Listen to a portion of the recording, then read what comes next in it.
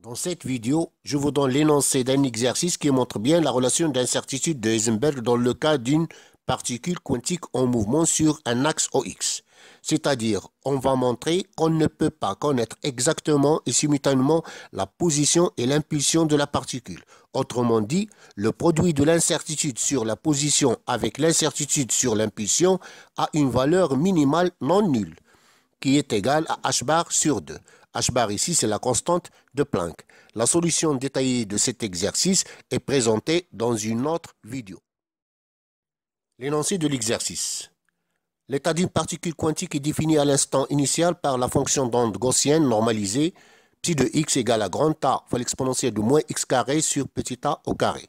Sa transformée de Fourier est psi bar de p égale à grand B fois l'exponentielle de moins p au carré sur petit b au carré. On peut montrer facilement que la transformée de Fourier d'une fonction gaussienne est une fonction gaussienne.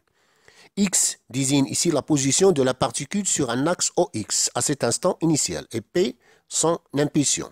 Petit a, petit b, grand A et grand B sont des constantes. La question est la suivante.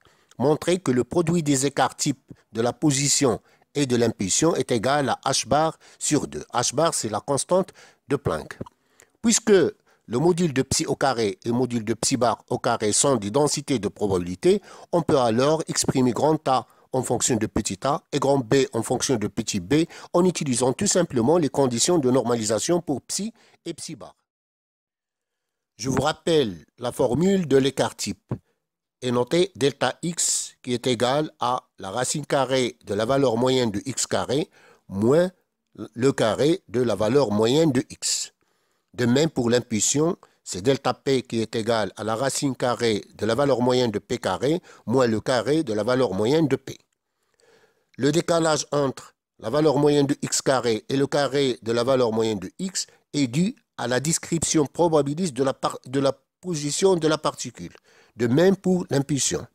Dans le concept classique du mouvement d'une particule, on a la valeur moyenne de x carré et le carré de la valeur moyenne de x sont identiques. La même chose pour l'impulsion. Dans le cas de notre exercice, le module de x carré à l'instant initial est une fonction paire, c'est-à-dire x fois le module de psi carré est une fonction impaire. Et par conséquent, la valeur moyenne de x qui est égale à l'intégrale de moins l'infini à plus l'infini d'une fonction impaire qui donne 0. De même pour la valeur moyenne de l'impulsion. Il reste maintenant de calculer les deux intégrales qui donnent la valeur moyenne de x carré et la valeur moyenne de p au carré. Comme indication, vous avez besoin de faire une intégration par partie et d'utiliser par la suite l'intégrale de Gauss, somme de moins l'infini à plus l'infini de l'exponentielle de moins alpha t carré dt égale à la racine de pi sur alpha. Alpha est une constante positive. Vous allez trouver le produit delta x fois delta p en fonction de petit a et petit b.